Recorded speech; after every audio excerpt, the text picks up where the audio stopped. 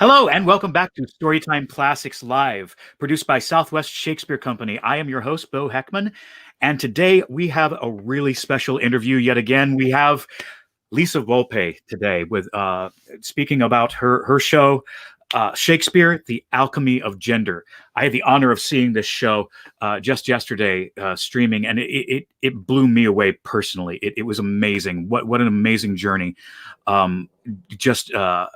Just an amazing story, and we'll talk more about that in just a moment. Lisa, thank you for joining us today. How are you?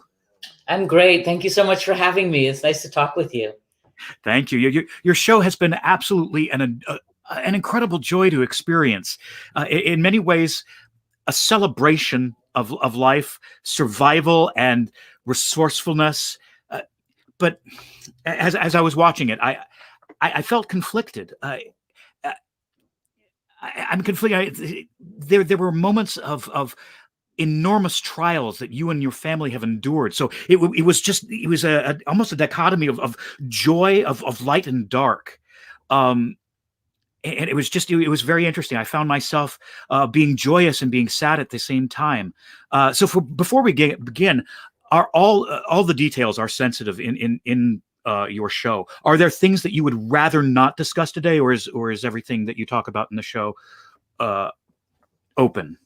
I think it's open. I mean, I suppose there's trigger warnings on my show because I discuss sexual predators and suicide and the stuff of life. But that's kind of why I made the show, to explore these taboos and what is the experience, and then the shame and the isolation and the darkness, and what is actually the root truth of it, and how do you turn that into a learning moment where you expand your love instead of break your life in half. So exactly. I would be happy to talk about it. Obviously, it's a show that was 2.5 hours when I wrote it, that I distilled into 55 minutes. I tried to just do the depth charge bits that had really been given me navigational skills for my experience of life. And I excised a lot of the esoteric wisdom and even the personal stories that were painful to me. I tried to distill them into a sentence or a line of poetry or a fragment of Shakespeare. You can see that with the monologues, I ripped them up so that there would never be a completion and an applause moment, because I didn't want to do a series of party pieces done well with then some pastiche of personal details in between. I wanted to say, how do you unpack your heart with words, as Hamlet says, and when you unpack it, you see all this amazing stuff that you carry with you, which I have to say, as an actor, gives me more go-to places for Shakespeare, because it really is about life and death and the afterlife and politics and personhood and philosophy. And people say, why would you do that old dead playwright? But I just feel like it was the distillation of a collaboration of some very erudite poets who actually cared about people from all levels, who wanted an enlightenment, who wanted a sharing, who wanted a safe way to talk about the miracle of life and the terror of the afterlife, if you will, that was being instilled by the church, probably. And I think, Shakespeare never got thrown in jail, unlike all the playwrights of that time who were, counted treasonous if they challenged political power. Shakespeare, or whoever wrote that body of work, they were able to poeticize the personal so that even people like me can enter into a large, important conversation just with my little bitty individual life. And that expanded bandwidth of how we're all kind of a ripple in the pool. How Shakespeare gives me 26,000 words to express life when otherwise I might just have 2,000. And that then triggers me to look at my own choice of words, as a writer and as someone who's pairing with Shakespeare in offering, I will say this about myself, but then you say this so beautifully in this other situation. So you can see, and I collaborated with Laurie Woolery on this cutting. And, she would ask me things like, why do you say father 3 times? And like, because it's Shakespearean reference to repetition. And I want to keep certain formal rules of the writer alive in both idioms. So, next spring, God willing, and the creek don't rise, I'll be teaching with Octavio Solis, who will be writing in Spanish and English, retablos, with a group of students who will write their own autobiographical, epic, classic adaptations of self. And so I guess my job will be to offer Shakespeare and shards of the Bard or other classical writers to help contemporary kids unpack these lines of classic poetry, as you and I both enjoy doing, yeah? Absolutely. And then to source themselves autobiographically and say, I want to talk about this ripple in my identity. I want to talk about this broken place in society. I want to talk about my mother. I want to talk about my family. Whatever they want to talk about, they're going to pair it with some of the classics to see when they put back onto the table identity, race, power, sexuality, politics, all these things that are so well spoken to in an all-male cast in a Shakespeare play, because they were flipping gender and they were playing everything from kings to beggars, putting themselves in the shoes of others, walking a mile in someone else's shoes. That was really the reason for my my cut of the solo show, when I decided it would be about my dad, that I began to walk in his shoes, as I had done in preparing great roles like Henry V or even Richard III. What does a warrior's bitterness come out as? How do you bespeak betrayal in your actions when you move back into the world and say, well, this was a mess, let me fix it? And how does that end for the person? Obviously, for my father, it didn't end well. And yet, there being an afterlife, I kind of feel like we can have it begin and end well in a larger conversation over generations, you know, because we're still fighting Nazis and nobody wins. It's just a strange balance of, you know, people who passionately care and people who passionately have a different idea about what power and money are for.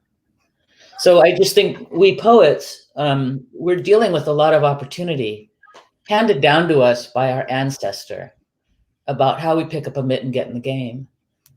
And certainly there's a big conversation right now about why Shakespeare, and let's throw it out because it was a tool of colonial tyrants. But actually within that, there's a very strong line of resistance, you know, girls against being sold into marriage, men into a real explication of what honor and battle defines. Do you know, what is this reputation that we strive for even in the cannon's mouth?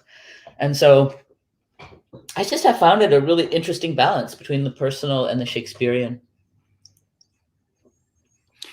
How do you build into your life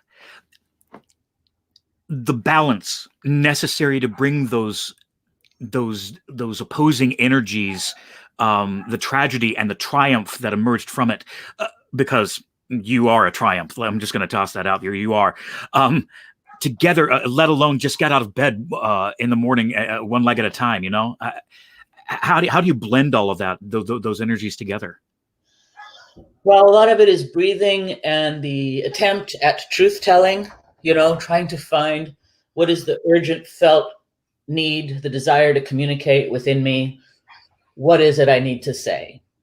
You know, and so as I grew up, there was always an adversary for that. You know, smile more, lighten up, don't be a martyr. This didn't happen to you. You're actually doing quite well. You're 1% of the most privileged people in the world. Or you don't need to tell anybody who you sleep with. Being gay is not a thing. You shouldn't talk about it. Or, you know, if dad wanted you to know that about him, he would have stayed alive and told you himself. Or all of the things that family and society say. And so I just have my own relationship with my father across time. And I feel that uplifting his name is very important to him.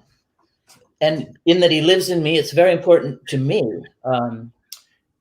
And in a parallel story, so many families were torn apart in the Holocaust, for instance. I know there are many genocides to talk about today.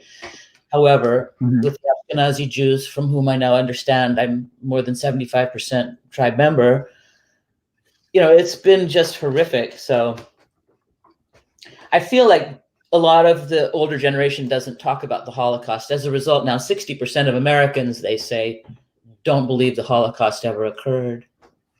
So, you know, we look at history, as many of us have been attached to the election cycle this year. feeling that democracy is very important and that fascism is very dangerous. So, as a truth teller, as an artivist, as someone who wants to make a change in the world that I live in, someone who was taught by great women, Kristen Linklater, Tina Packer, Mary Conway, Natsuko Ohama, someone who was taught to make a creative incision in the body of work that was once white male dominated, and say, where's her story? Where's our story? What stories are being left out? And so I do have this 11 minutes of tape, which I don't know if it's the right thing to offer to your audience right now, but no, it's actually, I was about to transition right into that, right here. I would say, we've had your close friend and colleague as our artist in residence for 2 seasons, Deborah Ann Bird. She tells us of your tales and your exploits in Harlem doing the all-female Othello. She calls you fun, adventurous, adorable, and sometimes even silly. Yeah. Well, that's nice because I often get intimidating. I get a lot of bad ass and silverback. in watching your show, The Alchemy of Gender, I can see, I can sense you're affirming compassionate and strong life force, embracing life through art and making the world a loving, beautiful place. And if you could tell us about the theater company that you are in LA that you were a part of creating and all of that, that could be in your video there. Deborah Ann and I did an all-female multicultural Othello in, I think, 2007, which I came to New York to helm for her because I knew the play really well, and she wanted to play Othello. And I thought, well, I could do Iago and we can all play. And some of my excellent friends came. Catherine Misley from Broadway played Amelia. Brooke Parks played Hermione. Just really, really some of the best actors that I know. And now, of course, she's been playing it for 6 years. But I just wanted to show this piece because in 1994, I first directed an all-female multicultural Othello starring Fran Bennett, who started the company with me in 1993. I started the Los Angeles Women's Shakespeare Company in 1993, about the same time as Kristen Linklater and Carol Gilligan started Company of Women, which was an international all-female company. So I worked with them, and we did these long residencies for 3 years on our first show, which was Henry V, which I played, Henry V. And we did it at Smith College and Shakespeare and Company. But for 3 years, we did residencies on university campus with like Smith College and University of Virginia, or we just went to a lot of universities. We were paid equity salaries. We taught workshops for women and girls, and we developed a very strong aesthetic. Many of those master teachers joined my company as well because I was a West Coast person and they were East Coast people. And because Kristen wanted to spend 3 years on every show, and I wanted to get a show up in 3 months, being very fast and young, I ended up putting up 23 years of shows where Company of Women folded after a year or two because, actors just couldn't commit 3 years to a play anymore because of economics. But the power and the aesthetics of her wisdom and her training really formed my life. Do you want to watch this little thing and see if it's interesting? Yes. Yeah, go ahead and show us this. Let me see technically if I can do it. I'm going to share my screen. And I'm going to play this. Wait. It's the first time I've seen this. Sorry. They could be I'll just start from the top. Okay. Downright Shakespearean. His scores on a daring with a story. Father, Son, and the Holy Spirit. Amen. This theater season in New York, an all-male adaptation of Romeo and Juliet called R&J has been wowing audiences with the driving energy and erotic fervor of adolescence. Of boys who will be young men. Give me your pardon, sir. I have done you wrong. In Los Angeles, a theater company has been getting raised for its all-women productions of Shakespeare. Don't you? I'll know more on it. It hath made me mad. But what is revealed when same-sex casting is used to explore the passion, violence, and theatrical thrill of the world's greatest English-language playwright? That which we call a rose by any other word would smell as sweet. With R&J, director Joe Calarco's attention getting twist was to stage Romeo and Juliet as a play within a play, being read in secret as a scandalous story of sex and violence by 4 boys in a repressive prep school. Draw thy tool. Here comes at the house of Montague. The result? A striking exploration of forbidden love. Through doing the play, through doing Romeo and Juliet, since it being such a passionate play about sex and violence and rebellion, they experienced those things themselves. The idea of the school was to mirror the world that Romeo and Juliet live in, was to find a place that was very repressive, had very strict rules about what a man is, what a woman is. Without women, men will resume the savage state, and the comforts of the home are exchanged for the misery of the mining camp. By doing the play and experiencing those sort of passions, they learn about freedom. If thou dost love, pronounce it faithfully. Or if you think I am too quickly won, I'll frown and be perverse and say thee nay, so thou wilt woo. Since it being all men, of course it's has a huge resonance, especially their first kiss. It's the first time I've seen that scene where it actually worked to me, that it seemed dangerous and sexy. And you can go back to when you're a teenager and you kiss your first boy. It's sort of terrifying and sexy at the same time. Give him my sin again. The word we talked about a lot in rehearsal was danger. The danger of this age and the passion of this age in terms of where people are just beginning to really discover sexuality. Thou shalt not. By the fact that we are placed in this very structured environment, it really lends itself to, I think, what the 2 young people in the play are going through, because they're not allowed to be together, and yet they have all these feelings that they want to express. By the end of the play, the schoolboy has learned so much about his feelings, and the journey has taken him to a different spot where he's not going to just conform and go back to the old life, but that he's had some enlightenment about who he is. They go from real homophobia to an acceptance of understanding and saying that it's okay, that love is just love, no matter who's experiencing it. In R&J, love is love.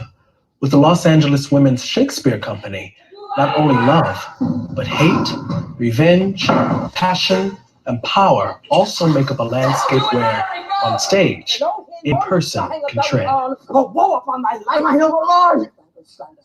Their successful all-women productions of Shakespeare are proving their point.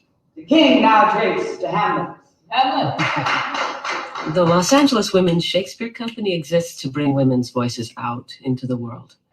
And it's a multicultural, all-female company dedicated to producing Shakespeare at the best production values we can manufacture. Relish of it. I loved you not. I was the more deceived.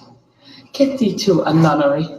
It's an all-female company because women are multi-layered and they're capable of so much. So when you do Shakespeare, which is the best writing in the English language, it really takes you on a journey. And when you play the male roles, which are fully written, you really get to show a range of thought and feeling. Oh, without to slander her and torture me. Never pray more. Now, with Los Angeles Women's Shakespeare, we all are women who want to do Shakespeare. If there were poisons, knives, cords, or suffocating streams, I could endure it. What I were satisfied. Fran Bennett has worked with numerous regional theater companies, as well as in film and on television. Would, nay, and I will. But she was drawn to Los Angeles Women's Shakespeare because it offered a new challenge. The possibility of playing roles that you do not get an opportunity any place in the world to play. Roles that are big in passion, in desire, in love, in everything. There's nothing small about Shakespeare. My great revenge had stomach for them all. As a woman, we're very seldom ever asked to be strong, to go that big, to really be powerful. Down, strumpet! Tomorrow, let me lift your hand if you strive! The idea is to transcend the limitations of gender, all the boundaries, all the stereotypical boundaries of what women can do or are. Getting a room full of women who have a goal, the power that they can produce is amazing. To put up 20-foot walls or build a 3-level story platforms. It's a huge team. The last production that we had, it was 50 women and girls working together. I can't tell you how many times I had some of these young girls come up to me and just say, they were amazed that we had built this. An all-women company has raised the inevitable question. You do get that question, is it a lesbian company? For the most part, less than 1/3 of the company is a lesbian or an out gay person. There's mothers, there's wives, there's, women bring their children to come down and help on the set. It really makes for a much more family atmosphere. Lisa Wolpe and Mia Torres, who are both gay, they know that being open about their sexuality can create further restrictions in an industry already short on strong opportunities for women. The prejudice will stop you from working. I know that being out can further limit the career of a professional. I know that in Los Angeles, where most of the production people either are gay or are really aware of their gay friends, they either won't talk about it or they'll have a double standard about it. It's still not safe, but it's a heck of a lot better than it was 20 years ago. And 20 years ago, there was no Los Angeles Women's Shakespeare Company, trying to expand the limits, trying to do better Shakespeare. Every part of me is alive when I'm playing Shakespeare. I can feel it down to my toenails. Is it vital growth again? Shakespeare's feeds my heart, my soul, the part of me that I think is really me. And I think one's soul needs feeding too.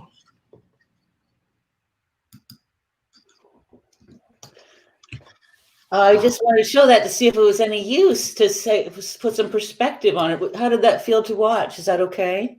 I don't think the video came through, but the audio did just fine, and we were able to hear everything very clearly. I didn't want to interrupt it. It was. You interrupted me. I don't know why the video didn't come through. Yeah. It kind of played like a beautiful radio drama, but the information was definitely conveyed. And very interesting, very, very enlightening.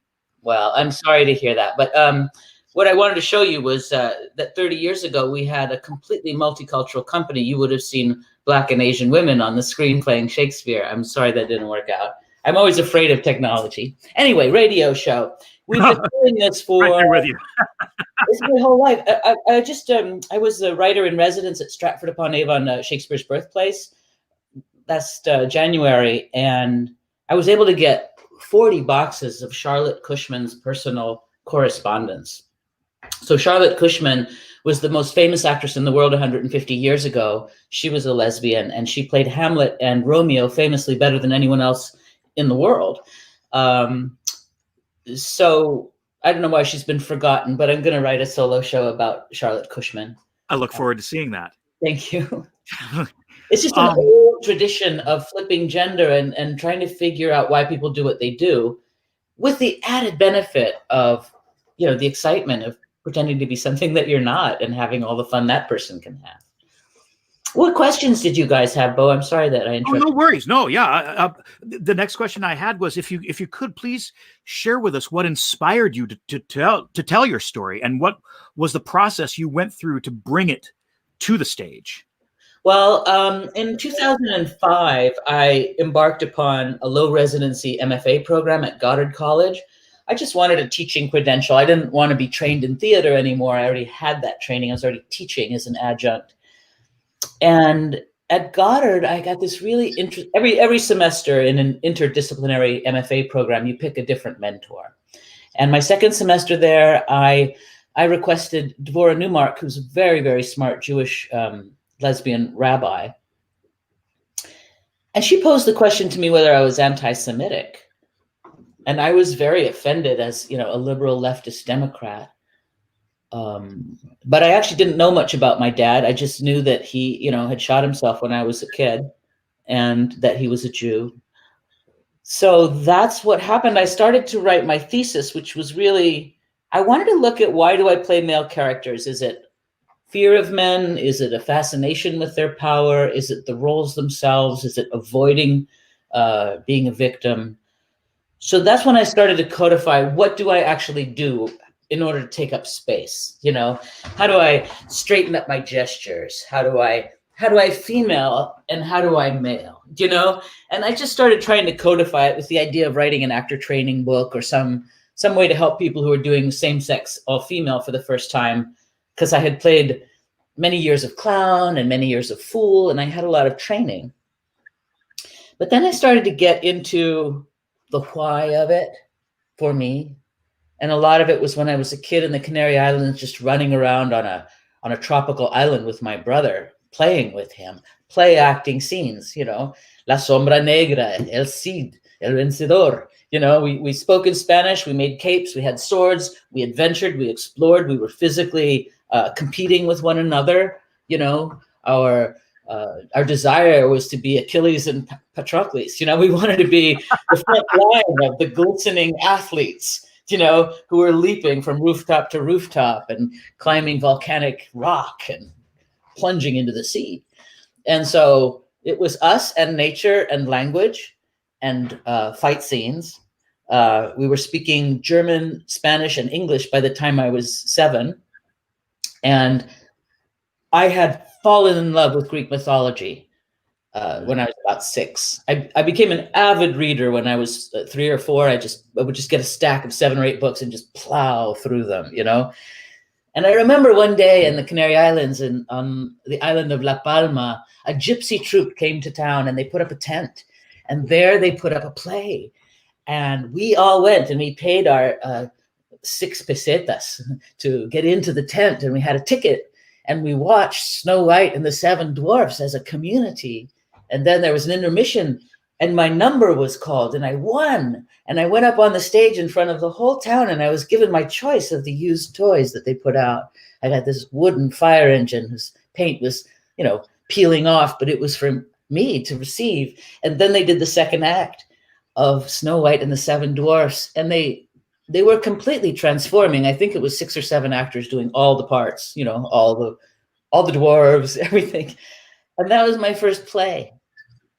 And later in life, in Disneyland, I was hired to play the Queen in Snow White and the 7 Dwarfs in a $7 million musical with Patrick Stewart as the mirror. And we did like 5 shows a day, 4,000 4-year-olds every, you know, in Disneyland, in Tomorrowland, we had our own theater. And it just reminded me of that transformational place of imagination and an apple. You know, you could be this hag or you could be the most beautiful woman in the world, all in a 35-minute, $7 million musical. And that's just how I feel about Shakespeare. It's fairy tales for grown-ups. And so why did I do my solo show? Well, I was writing this thesis. And then I was directing an all-female As You Like It. I was playing Jaques, and a woman came into the audience. It was a cowboy version. A lot of fun, a lot of music. And she was very moved by the production. A friend of hers was in it, and everybody was having a tremendous time. We had a lot of parties after the show at that time. I was pretty tired. It was 2002 or something. it was a tough. No. When was that? I guess it was probably about 2007. It was about the time when money for the theater wasn't available. Right. Yeah. So this woman who ran the Gaia Foundation called me and said, we want to fly you to Provincetown. We're going to give you a house for a month. We're going to give you a bicycle and a new Mac computer to use while you're there. We're going to give you $600 a week and we expect nothing back. And this was a kind of relief program that she did for women who had been giving a lot and might be burnt out. And it came at a great time for me because I'd been hit by a car. I was directing an all-female Winter's Tale in Vancouver, and I was jogging and I got hit by a car. I had really high pain levels, really hard movement challenges. So I was flown to Provincetown, in the first time I've ever had a house to myself and not to have to worry about earning any money for a month. And I started watching the television show Lost, which is basically about Paradise Lost, which led me back to my key question, which is, what is the swan signature in Shakespeare? Which led me to Mary Sidney, one of the writers of Shakespeare, which led me to why are they eclipsing the female writers that are authorship candidates for Shakespeare, which led me to this feminist outcry. And by the end of the month, my friend Margaret had come over from the Provincetown Theater Festival and said, you finish that play in a month and you put it on in my brand new Women's Theater Festival, I'll give you $1,000. So I finished it, and that first iteration was 2.5 hours long. Quite brilliant, lots of personal soul-shaking stuff, a lot of esoteric stuff, and a long section about my company and how we developed our aesthetic and what we were actually doing. Because I was at the Globe Theater for a month in 2000, working on that stage with 13 people from around the world. We were called the International Fellows Program. So in the morning, I would run monologues on that stage, and in the afternoon, they would give us a chance to interact with each other. So I was playing Posthumous, a male character, on the Globe stage with Mike Alfreds, who was directing Mark, the artistic director, in the same role at the same time. But on that stage, I did one of our classic gender switch exercises, which is pretty profound. We go back and rebirth you as another gender than what you were accepting now. And then you grow up as a Shakespeare character with that room, those genitals, those friends, that given circumstances. And so the stage manager of the Globe ran up afterwards and said, you did this and this and this and this. And he was pointing at the old alchemical tome and said, you would have been burned alive.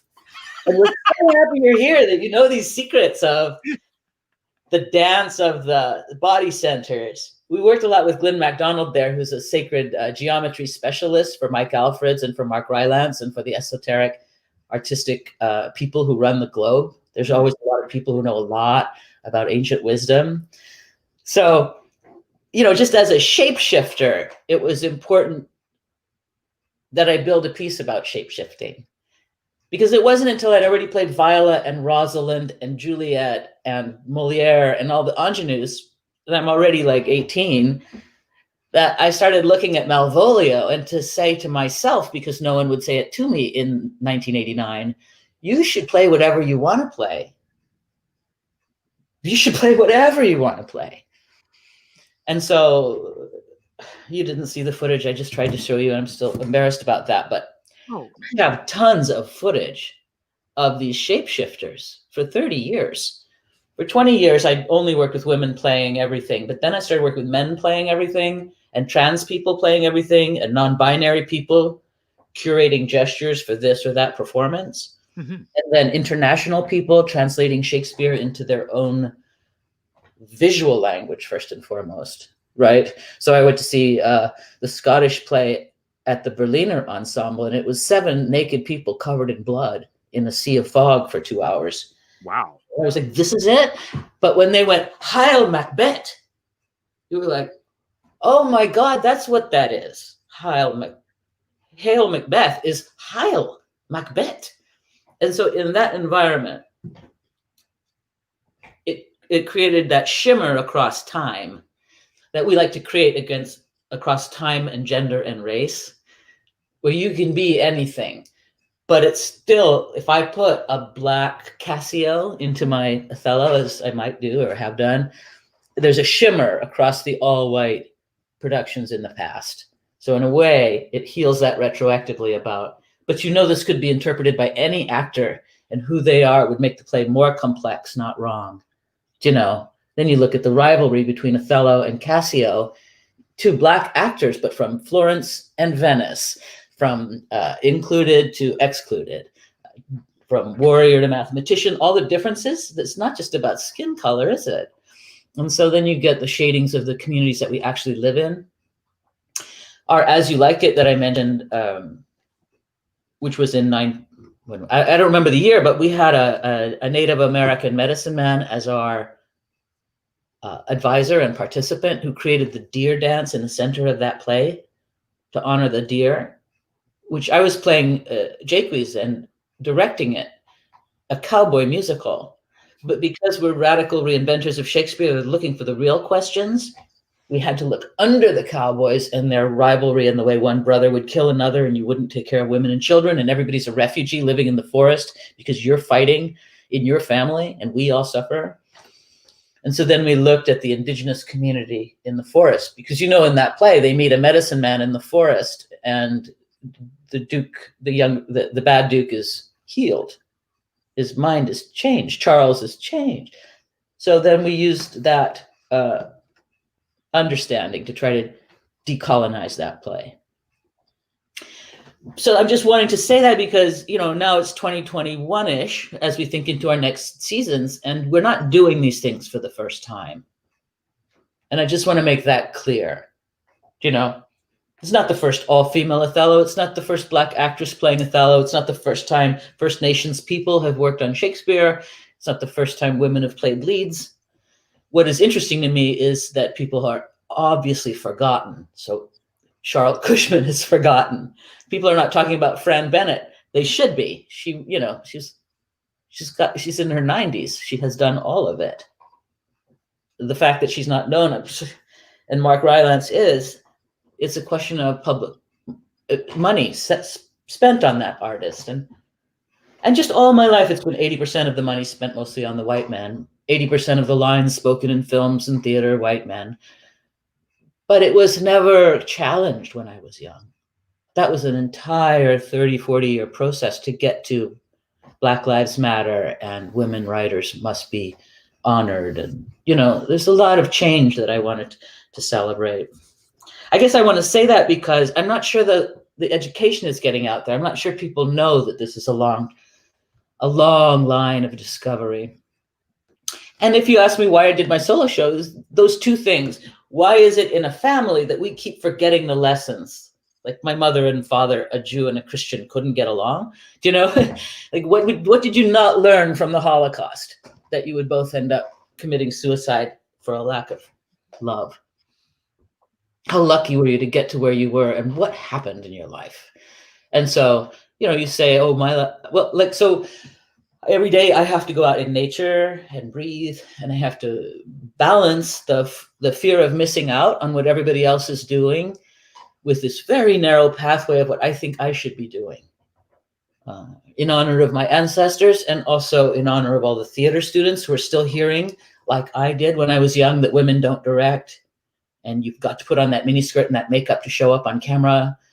And, here's the way to inflect your Shakespeare, and here are the 5 men who know how to do it. It's just that whole wall of crushing, disappearing focus, like the Black Lives Matter, who now think, let's look at our writers. Let's look at the Asian writers, the Hispanic, the Latinx writers. Let's look at writers other than Shakespeare with all the money that we have. And I think that's totally valid, except for the poetic syntax that has opened my mind over time. I can never assume that I know what a Shakespeare line holds, because the way the words are placed together means I have to actually look at those words more deeply. And obviously, like in my solo show, part of it is almost like method acting, where if you're charged up personally about something, the heartbeat in the poetry comes stronger. My desire to communicate that, this is what tyranny is. This is what sexual predators are. This is what healthy resistance is. This is what words can do for you. I have all that follow this Shakespeare flag stuff, which is great. But then, for years, the stuff I wrote about myself, I could barely memorize or deliver, whereas the Shakespeare is much easier. And I think it's that Brechtian Verfremdungseffekt, where you're just a little bit protected by the character in terms of self-revelation. Mm-hmm. And then stuff I say about myself, I think we all have stuff about ourselves that we could use. And I know I've been questioned for me using my life as a reason, but I think it's really helped me. For instance, I don't feel like an orphan anymore. Before I wrote my solo show, I felt like an orphan. Now I feel intensely tied to my father's life, very proud of him, very interested in him. And the more I'm interested, the more information comes in. So I just got a whole book about my grandfather, my father's father, which I didn't know existed, which proves that he was an international spy selling illegal Irish visas to rich Jews and stole like 30,000 marks from the German government, which is why they came after him, why he moved from Berlin to Paris and then to Belgium. So now I'm trying to write a movie about my dad, thinking, what was that dinner conversation like?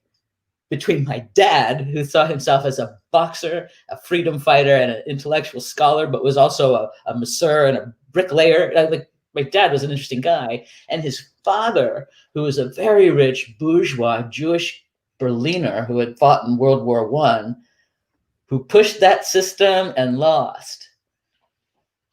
Ooh, and I can just imagine them exploding at each other, like who felt safe in this new regime. That is and all that money that they cared about, that was just taken anyway by the Nazis. Nobody in the family got to keep it. And why did my father not go back and get the millions of dollars his father had left behind? He didn't go back to fight for that money, which is very interesting to me, because when I found out about the money, I was like, oh, we should have that money. We're poor, you know. But there's a 50-year end for reparations, and it was 52 years since the war was won. But I was curious, like, why didn't my dad, when he went back after the war, say that money is mine? Because one of the reasons that he died is he only had $250 left in the bank, and he was just breaking. He was breaking as a man. And my mother's family was very wealthy, and she had taken the 3 kids away. So, like, I'm also interested in money and what it protects you from and what it doesn't protect you from. This false idea of artists are stronger if they're poor. And me, having actually lived with all of the compromises that artists have to go through, and thinking a lot of the reasons I have self-doubt is because I don't have any money. You know, it's hard to just go, that's okay, I'm just going to pay a year's rent and write this story. You know, like, no, in that year I have to direct 8 shows and go to 6 different states and go overseas, and I have to travel to work. So this pandemic has been very interesting, because usually I spend all my money on theater tickets and travel. But it also opens up this time to write again. And it did not come overnight, this solo show. I struggled with it and cut it. And if it wasn't for Laurie Woolery kind of coming in, and she's a genius, and saying, let's just put all the ideas on 3x5 cards, and let's just go, which of these are essential, and which ones did you read in a book? Or just think of it as a trilogy, and there's part 2 and part 3, and we'll put that over here, you know? So were there ever moments where you were overwhelmed by just the sheer subject matter, the sheer scope of everything that you were trying to tell? Were there moments of doubt where you were just going, I don't know if I can make it through this? And obviously you did with great style and and artistic flair. But were those moments where you were just kind of like, I don't know how to tell this, or it just became overwhelming emotionally? Yeah. There are times when it's just really scary to do. It's scary to memorize it and own it and say to the writer, which is me, stop thinking about the choice of word and just trust me. I thought about that word. That's your word. You're doing this. And the other thing that happened was, since I locked the script with Laurie some 7 or 8 years ago, I found my father's notebook. I found my grandfather's big crime. I have found so much information. I have a whole new box of letters of my father's and letters from my father. We have since opened a museum in Winnipeg, Canada, for my father at the Winnipeg Rifles Regiment's home, where, you know, they then found a bunch of stuff. They built a beautiful exhibit. We opened it just over a year ago on Remembrance Day, and it's going to tour Canada. Wow. So I just think there are, for the level to which I can focus on the depth and genius of my father's journey, there is a no end of result. I try to go back to my world in Shakespeare now and think, what can I do on Zoom that's really valuable? So I've been experimenting with showing this tape of my live show. But the live show was invented for me to Johnny Appleseed my way through the world, saying, here's what I actually care about. It's not my career. I want to make a connection with some human beings in this room, telling the story, opening my heart. I will include my best bits of Shakespeare I can make at the moment, from some of my favorite scenes, of my favorite plays, of my favorite playwright. And I'm also tell you why this helps to say something when you're in extremis. And then, so there's all the trepidation up until the performance. Then there's vocal warm-up, memorization, trusting the brain. Then there's breathing in the group of people in the room. Then there's bringing the ancestors in and praying. Then you step out, you actually do the hour. Then I sit with my water, and with the audience, we process for 15 or 20 minutes. People say things about their life. They ask questions. We exchange things we notice that scared us or surprised us or that we loved in that hour. And in a way, it's a human experience to be in the room.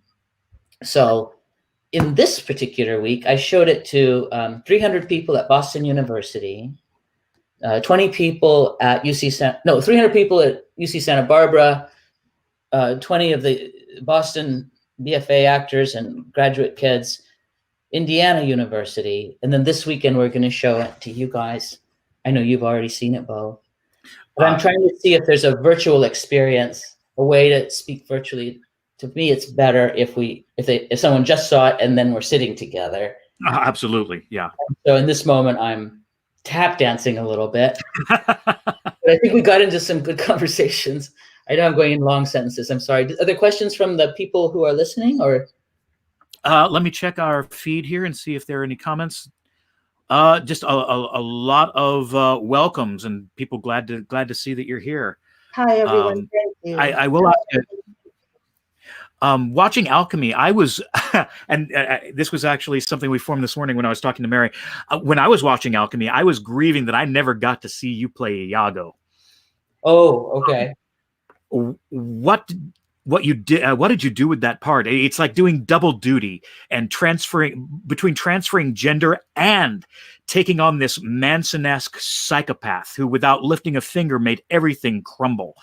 How did you embrace this nihilist and bring the humanity to that? Which I can tell that the humanity is your trademark that you so well handle there. You know what made me mad, Beau, is that guy slept with my wife. I mean, I don't buy this motiveless villain stuff. You slept with my wife? I will end you. I will end her. And all y'all. Deeply angry, jealous man who's also a racist. And I just love the actor-audience relationship. It was those, 7 monologues? And you start out being brilliant and funny and handsome and witty.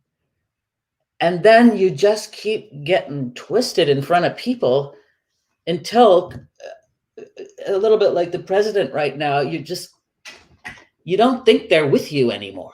Do you know what I mean? You're like, oh my God, you know, like, and you never let other people tell you. You're just like, no, I'm not a villain. So I liked it. And it's more subtle than Richard III, which I get a little bit Snidely Whiplash in that role. Mm-hmm. It's a little bit comic sometimes. Harder to, when you're at that level of theatrical exuberance, it's harder to be subtle in a way. It depends on how big your theater is. So I played Shylock in Utah. Yes.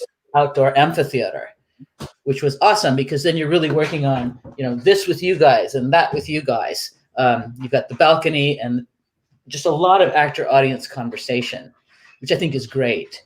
And with Iago, we're experimenting a little bit with camera. You can look at the camera and kind of do it. But what's nice in live theater is the people talk back.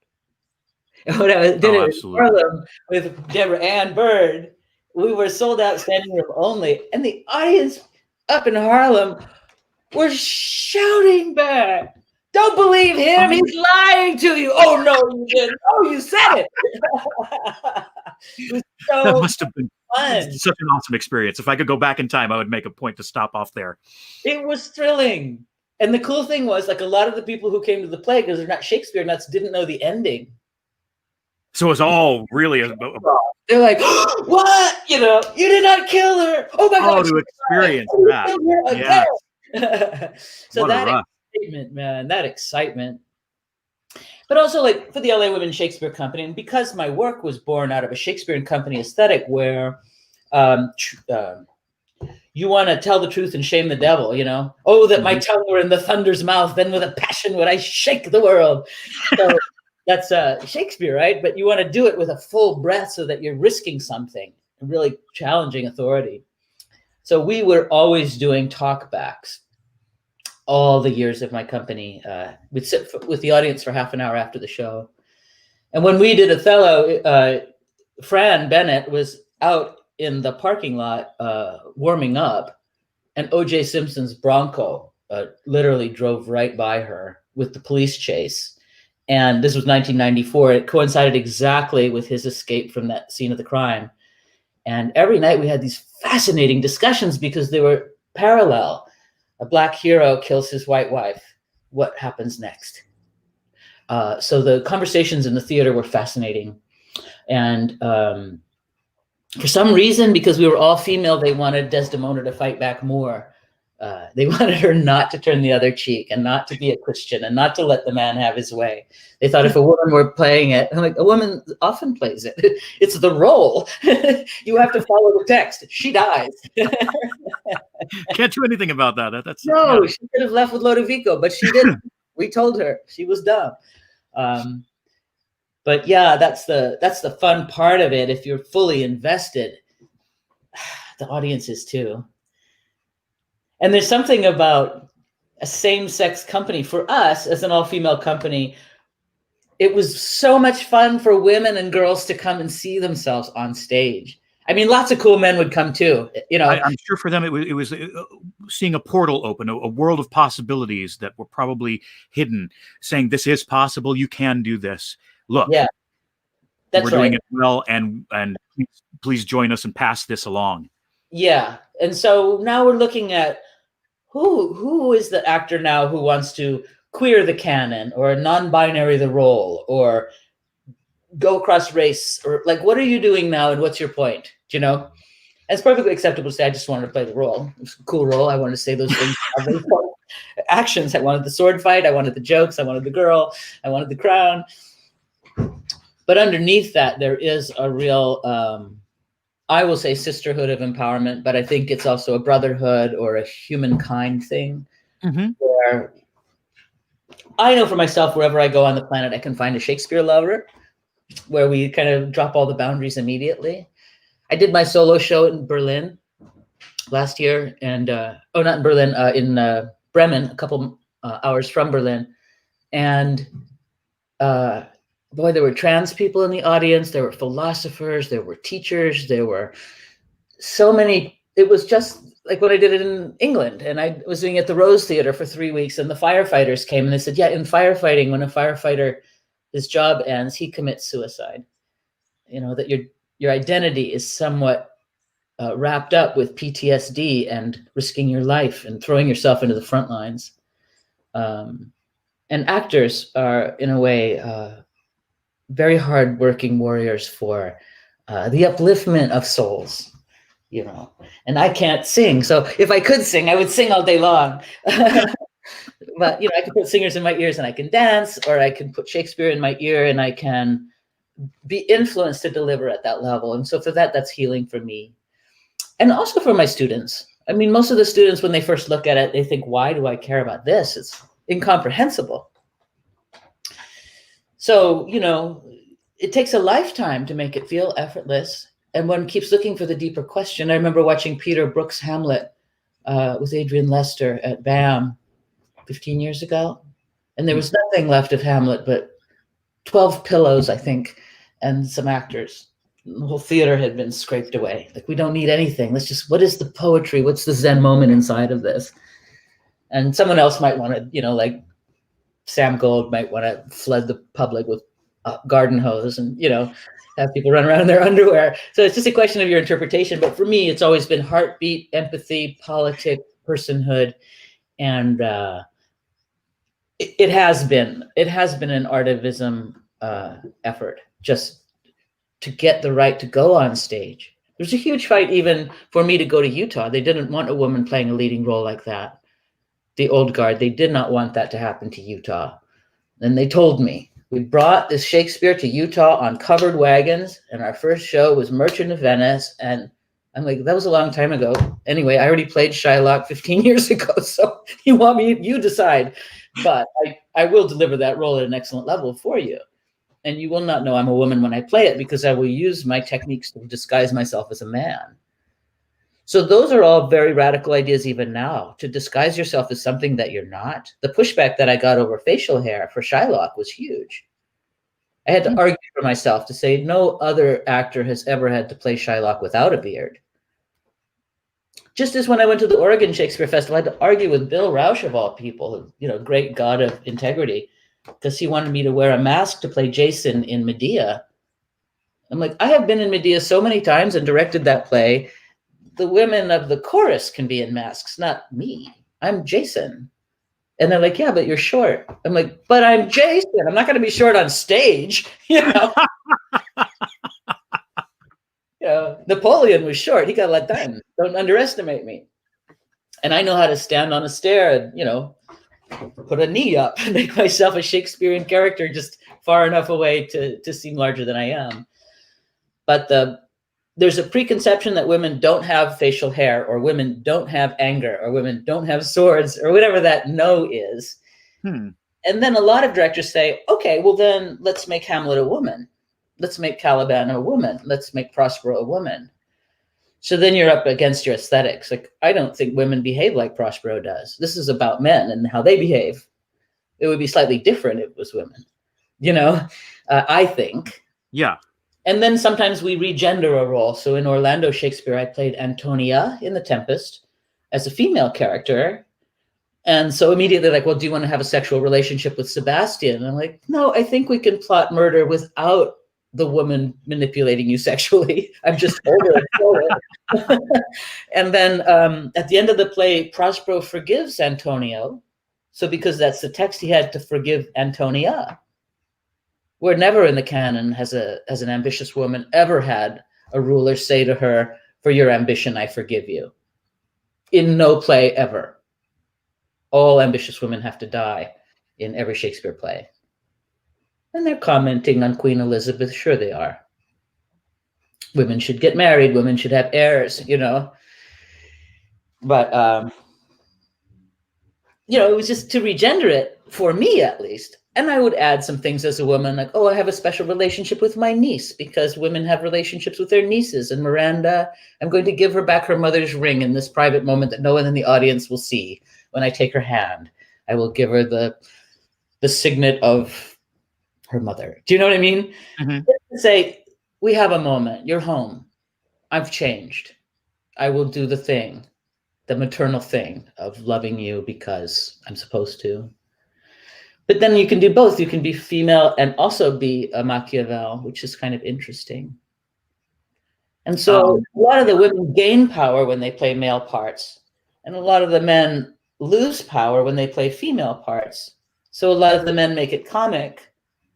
And a lot of the women actually want sociopolitical sway. So when they play something and they say no, they can stand inside of that. Even if it's Hamlet saying, frailty, thy name is woman. It's ironic because a woman put the theater company together and the woman is playing Hamlet and she's not frail. Of course, part of me is frail and I could do Kate's last speech from Taming of the Shrew. Why are our bodies soft? You know, why do we sue for peace? But I think because I know so many great men, Beau, like yourself or like Erwin Apple or like, you know, Christopher Edwards or the gentlemen that have been leading the classes that I've checked into in this week, they're really good humanitarian teacher guys. They're really artists and scholars and leaders and fathers. And I just love that about the arts, that the people that I love the most have been the people who have guided children, helped parents with Alzheimer's, kept companies together, even though individuals had problems, you know, supported this person who couldn't remember the lines, helped that person who needed childcare, extended grace to that person who's bipolar, but a very good actor. Like the things that we're able to embrace within how interesting and flawed we all are.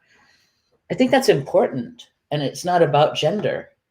No. But the toxic masculinity, which was very much in place when I was a theater student. Mm-hmm. Alan Schneider was my mentor. He was brilliant, but he would literally throw chairs across the room and fire student actors who were doing Thornton Wilder for the first time and didn't know what he wanted. Do you know what I mean? It was very tricky. And so now, even in counseling younger actors, do we want to have a toxically masculine Henry V who just disassociates and becomes one with God and starts hanging his friends? And if we do that, are we commenting on it, or are we just doing the play as written? Do we have a thought about that? So there's a lot of stuff you can do as an auteur, as a director creator, who says these differently abled people can be included, and this hearing differently person can be included, and this non-seeing person can be included. And then we create ways like Deaf West to see, the lights of the theater strobing with the beat of the music so that everybody can have a theatrical experience. Where we have longer conversations with non-white Shakespearean actors to say, how's this scene sitting with you? I know you're playing Benedict in a 1920s version of Much Ado About Nothing with the white guys, but when it comes down to it, and your people would not have been allowed to hang out with the king in that way on that day, do we need to redefine this scene? My next project's going to be a reverse gender taming of the shrew with a very good black actor who's a man playing Cat and a very good white actress playing Petruchia, and it's set in the American West. And I was desperately searching for a time when an uppity black man would not be killed and could get through these scenes and challenge in this way. And, I sent it to a friend of mine who's black to read it, and he said, well, you've left in rope. You've left in so many trigger words from the original show. Tell me how you're going to rehearse this. I said, slowly and carefully with your advice. And he said, okay, slowly and carefully with conversation, we can make this thing explode. But you got to kind of get to a place where you're challenging the expectation, which is, well, of course the girl's going to lose in the end. Of course, handsome Petruchio is going to be this sexually desirable man that she just wants to sleep with. And if she doesn't say this speech, they won't consummate their marriage. I mean, those assumptions aren't real. The real question is, what is grace? How do you put your hand underneath someone else's foot and not let your ego run your marriage? I think that's the question of the last scene. I think they both have a lot to learn. And it's a very painful speech when you say they own us. Do you know? He's your governor, your lord, your husband. He's your everything. Without him, you've got nothing. And so to check into the disempowered part of the actor, whoever plays that, and say from that place of, I can't, it's bigger than me, and not have the out. I can't go to Canada and get married. I can't, the border's closed. I would go, but I can't because of the law. And so a lot of times in the Shakespeare plays, you look at Capulet yelling at his daughter, hang, beg, starve, die in the streets. And you have to say to the young actress or actor who's playing that role, Juliet, no options. You have no options. No one will hear you. The people that really love you can't hear you. Mm-hmm. And then the nurse turns on her and says, you should marry Paris. Get over it. Your feelings don't matter.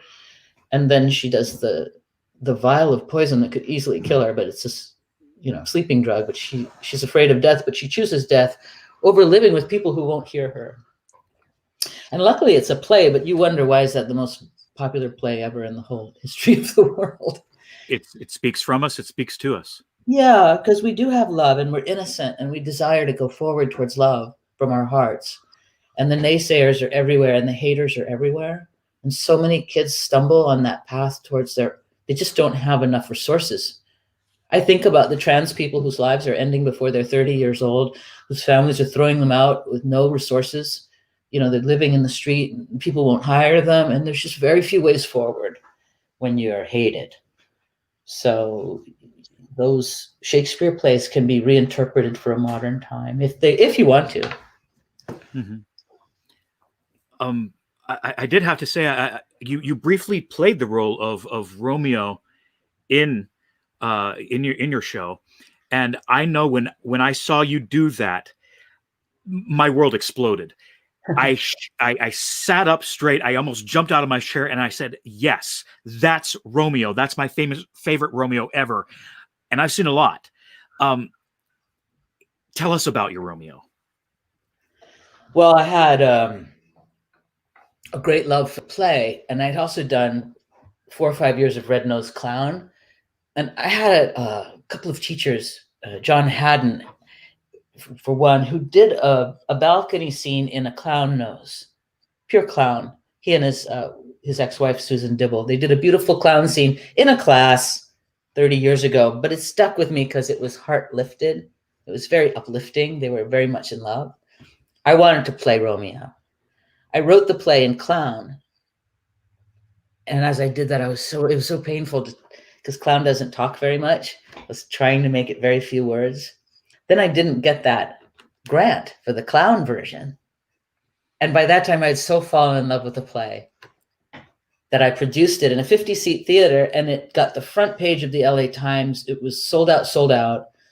Rachel Houck had built the set in my carport. We worked with a lot of people who later became incredibly famous. But at the time, we were all working for free together, just with a dream of making something really sexy and fantastic. And it was very exciting because it was erotic, and brilliant Shakespeare. But a lot of times when I see Romeo and Juliet, they literally have a gay man on stage playing Romeo, or he's just an older man, or it's all the matinee girls are falling in love with him and it's all about his abs, and he doesn't really seem vulnerable. He seems more like a movie star. But, like you, I've seen 10 million Romeo and Juliet, so I'll always be willing to see another one. Oh, of course. But what happened was two of my great master teachers, Fran Bennett was the nurse, and Natsuko Hama was the friar. And Natsuko and I co-directed many of the shows I put up. She's just genius. She works at USC as is she head of acting or head of voice? I don't know what their titles are right now because everything's moving around, but she's probably the greatest master teacher that I know in the world for breath and Shakespeare. She was Kristen's favorite teacher. And I got to work with her most of my life. So, yeah, I've got a tremendous amount of material. I'm trying to cut a documentary, but there are over 1,000 women and girls in that 20 years of work. So I'm trying to figure out how to pay for that because you got to buy all the actors out through Screen Actors Guild. As you reference in your show, you developed this shield as a child playing with your brother, and you took on these boyish. You started dressing with it and did all that. You created this incredible this shield as a coping mechanism and turned it into a skill that would define your career path and create such pure beauty and art from as an antithesis to what almost sparked you to do it in the first place. The dark impetus that you talk about in your show. And I just wanted to toss that out there. How did you come to the theater? And where did you train? Who were your mentors? Who inspired you? I started in high school. John Hill was my theater director. I was bored. We came back from the Canary Islands. I spoke several languages, and by the time I went into theater, both of my parents were dead. It wasn't so much having someone to impress, it was having something to do that was smart. And I think the first thing I did was Crojack and Don't Drink the Water. And my director wanted me to wear a catsuit in black spandex with high heels as a Russian interrogator. And I remember arguing with him about how sexist that was. I won. I ended up having sensible shoes, kind of like Olivia Colman in The Crown. But he wanted me at 16 in a catsuit. And I really articulated that because I was not only editor of the paper, I was editor of the alternative paper. I was going into college as a journalist, and I was a political animal.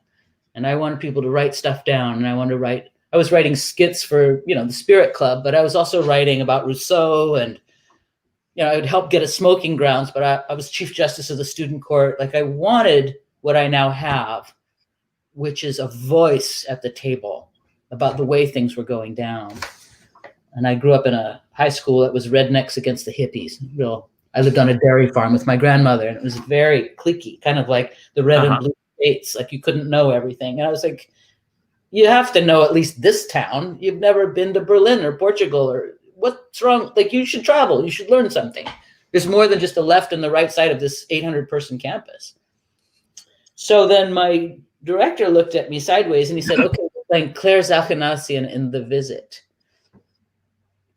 So at 17, I played probably the greatest role I'll ever play, the richest woman in the world, in an incredible story by Franz Wedekind. And that started to tour to the other high schools because I was serious. I was throwing down.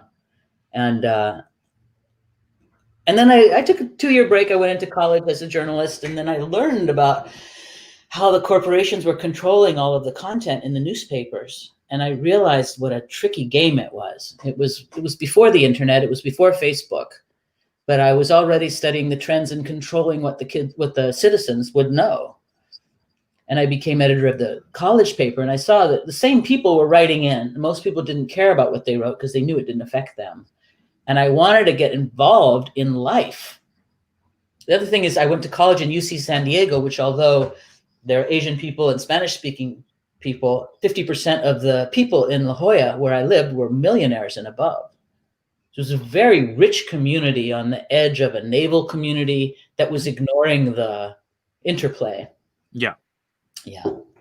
So my teachers were Alan Schneider, who premiered every Albee, Pinter, and Beckett play in this country. He took me into the graduate rep, even though I was an undergrad, and he took me through every word of what he said to Elizabeth Taylor on Broadway when they did Who's Afraid of Virginia Woolf, trained me as a director, put me in the graduate rep as an actor, and then told me, but you can't direct because you're a woman. You'll never direct. You need to figure out what to do with your hair and clothes and go be an actress. And you don't need to go to graduate school. Come to New York. I'll put you on Broadway. Here we go. So I moved with my husband to New York and immediately started doing Shakespeare, directing it. And then tragically, I was slated to be in an off-Broadway production of a Beckett play called Catastrophe, directed by Alan Schneider, when he was hit by a motorcycle and died in London. He looked the wrong way. He died. I howled for a long time. He was like a father to me. But he was a truly brilliant and excellent man, a personal friend of Sam Beckett's. He really believed in me, and he gave me the confidence to never quit. Partly because he was so brilliant and believed in me so much, only to the line of where I was a female. And I think, if I had a dad, I'd be fighting with him about that, all the choices I make that make my life harder, which probably not smart in that way of go the path that's already been trodden. But it's been great in terms of you can make a new path. You just have to dream it and do all the work. And I think I closed my company because after about 20 years, I stopped dreaming it. And I was just going, well, we have these leading actresses and we haven't done that play. And here's the funding. And, it was more practical. But also my dream switched after a while into pay equity. Mm-hmm. Yeah, how can I pay the women who are doing such brilliant work? And is it right for me to ask them to do a 99-seat waiver play and then promote me as if I created it? How am I going to elevate all these 50 women and girls that are in this show?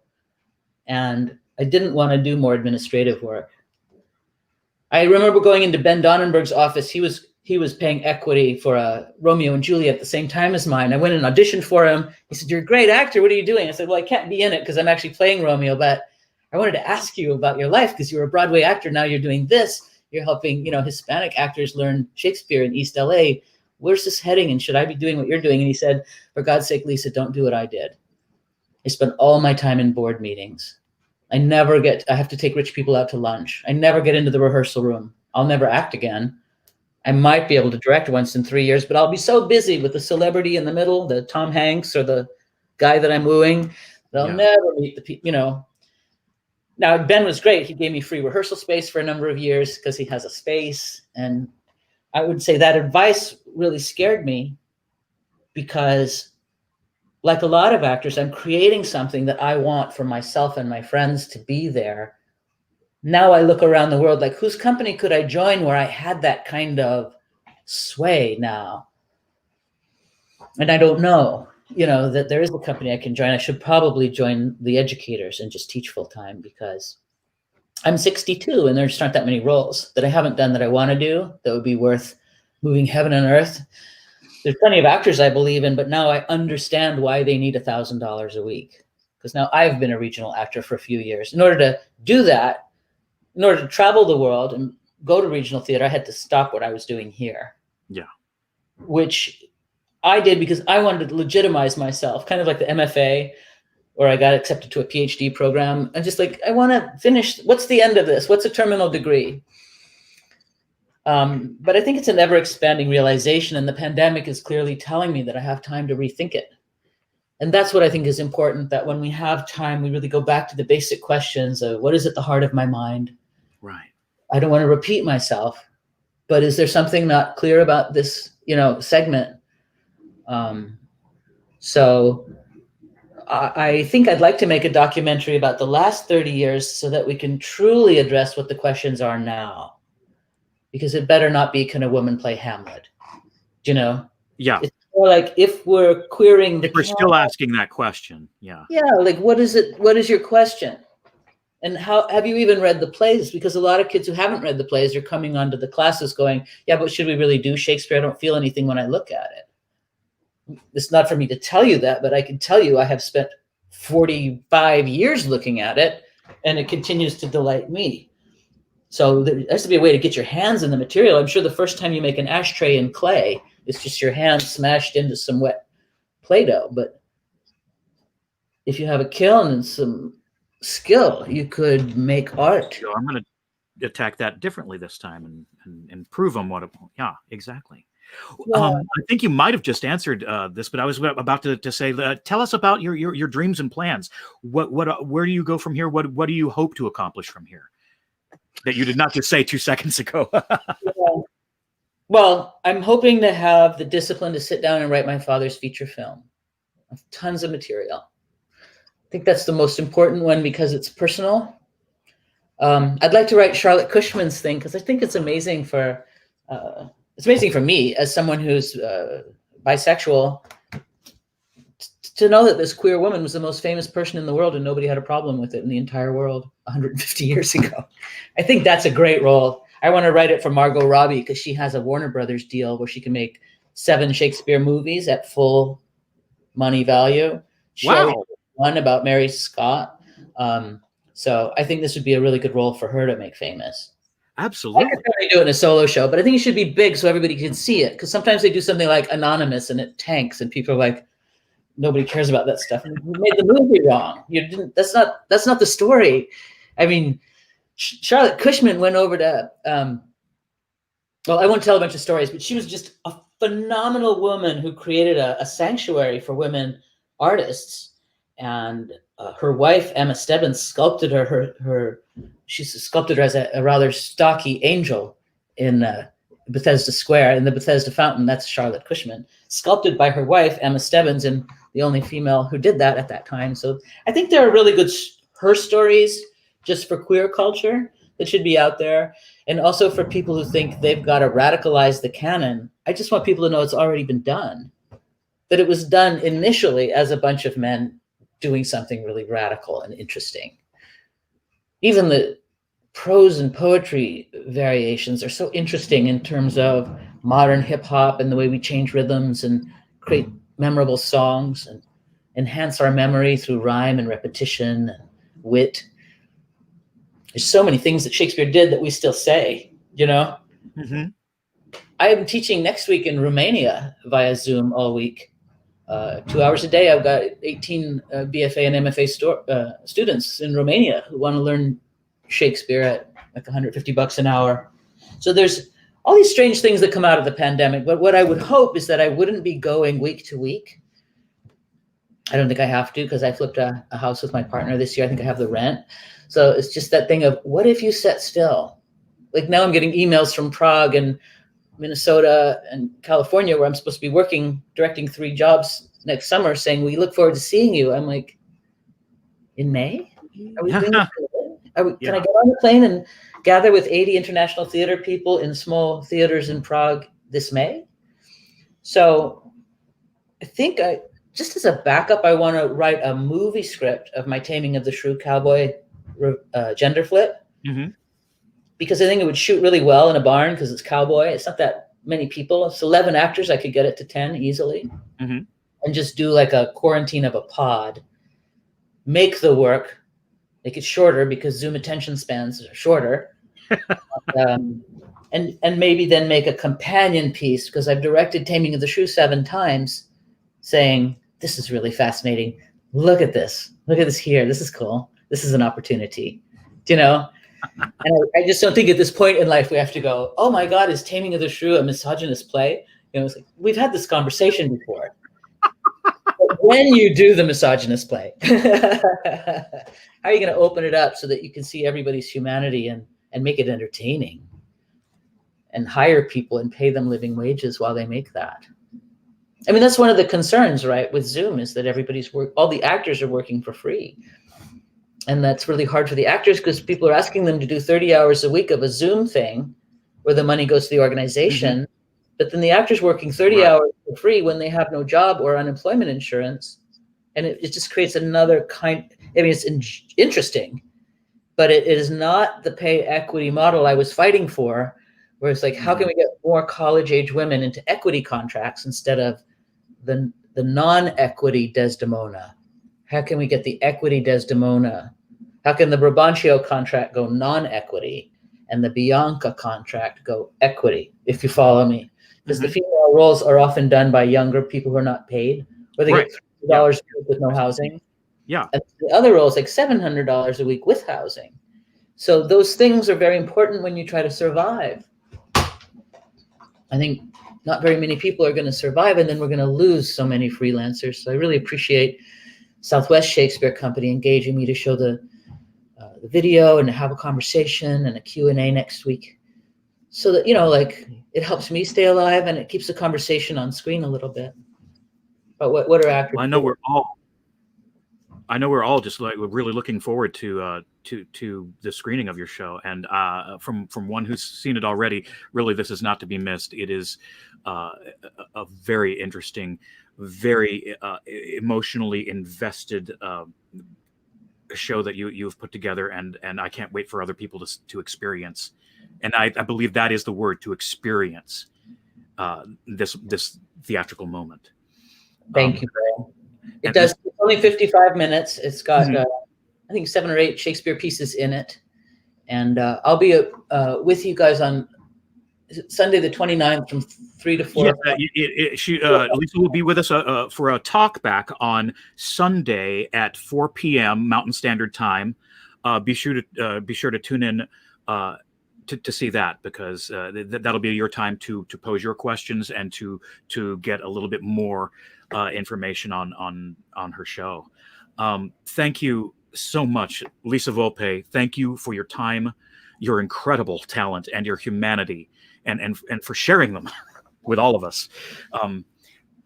From my perspective, this has been an honor. So thank you so much for taking the time to speak with us today. And we all look forward to seeing your show. Thank you, Beau. You've been an angel. Thanks for all your kindness and your compliments. Appreciate it. Thank you. Sorry, everybody. I'm sorry I didn't get to meet you. Yeah, sorry. I look forward to the day where I could meet you in person. Me too.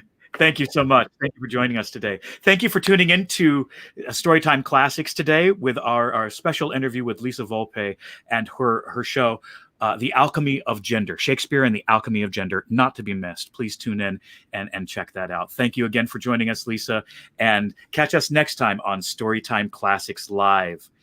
Thank you very much. Have a great day. And remember, please wear a mask and please be safe out there.